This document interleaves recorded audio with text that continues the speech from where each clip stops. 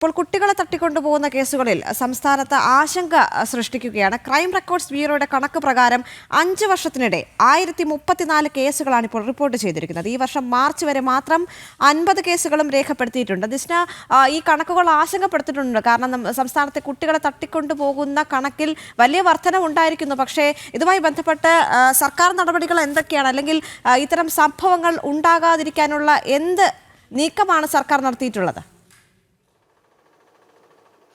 തീർച്ചയായും ദേവിക സൂചിപ്പിച്ചതുപോലെ തന്നെ കഴിഞ്ഞ ദിവസമാണ് ഈ കോഴിക്കോട് ജില്ലയിൽ 2 കുട്ടികളെ പട്ടാപ്പകൽ അവർ കളിച്ചുകൊണ്ടിരിക്കുന്ന സമയത്ത് ചാക്കിൽ കെട്ടി നാടോടി സ്ത്രീകൾ ഉൾപ്പെടെയുള്ള ഒരു സംഘം കുട്ടികളെ കടത്തിക്കൊണ്ടു പോകുന്ന ഒരു വാർത്ത ഒക്കെ തന്നെയും നമ്മളെ വലിയ രീതിയിൽ ഭീതി ജനിപ്പിച്ചതാണ്. അത്തരത്തിൽ കണക്കുകൾ പരിശോധിക്കുകയാണെങ്കിൽ 2020 195 കുട്ടികളെയും 2021 257, 22 279, 23 191, 2024 112 എന്നിങ്ങനെയാണ് കഴിഞ്ഞ കൊല്ലം കേസുകൾ രജിസ്റ്റർ ചെയ്തത് എന്നൊരു എണ്ണമാണ് നമുക്കിപ്പോൾ ലഭ്യമായിട്ടുള്ളത്.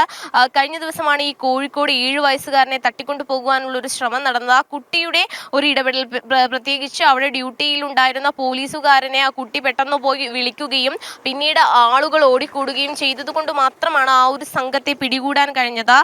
ഇത്തരത്തിൽ നിരവധി കേസുകൾ പെരുകുമ്പോഴും ഇവയൊന്നും തന്നെ ഇല്ലാതാക്കുവാൻ യാതൊരു തരത്തിലുള്ള നടപടിയും ഉണ്ടാകുന്നില്ല എന്ന ഞെട്ടിക്കുന്ന കണക്കുകൾ തന്നെയാണ് ഈ ക്രൈം റെക്കോർഡ്സ് ബ്യൂറോ ഇപ്പോൾ പുറത്തുവിട്ടിട്ടുള്ളത്. ദേവിക, നമുക്കറിയാം സ്കൂളൊക്കെ തുറക്കാനായി.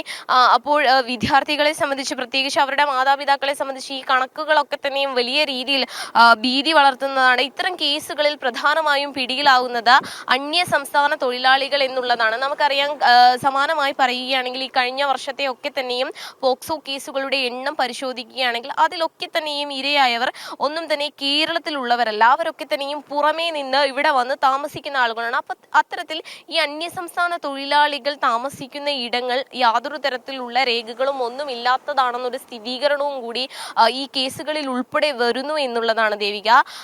ചില സ്ഥലങ്ങളിൽ അവർ വരുന്നു, ചില രേഖകൾ കാണിക്കുന്നു എന്നല്ലാതെ കൃത്യമായ രേഖകളോ എത്ര അന്യസംസ്ഥാന തൊഴിലാളികൾ ഇവിടെ താമസമാകുന്നു എന്നതിനെ സംബന്ധിച്ചിടത്തോളം യാതൊരു കണക്കുകളും ഇല്ല എന്നൊരു കാര്യവും ഇപ്പോൾ നിലവിൽ പുറത്തു വരികയാണ്. എന്തായാലും കേരളത്തിൽ വർദ്ധിച്ചു വരികയാണ് ഇത്തരത്തിൽ കുട്ടികൾക്കെതിരെയുള്ള കേസ്. പ്രത്യേകിച്ച് ഇത്തരത്തിൽ ഈ തട്ടിക്കൊണ്ടുപോകൽ കേസുകളൊക്കെ തന്നെയും വലിയ രീതിയിൽ രജിസ്റ്റർ ചെയ്യുന്ന സാഹചര്യമാണുള്ളത്. ഇതിനൊക്കെ എതിരെ എന്ത് മുൻകരുതലുകളാണ് പോലീസ് എടുത്തത് എന്നത് സംബന്ധിച്ച് ആ ഒരു ചോദ്യം ഇപ്പോൾ നിലവിൽ ഉയർന്നു നിൽക്കുകയാണ് ദേവിക.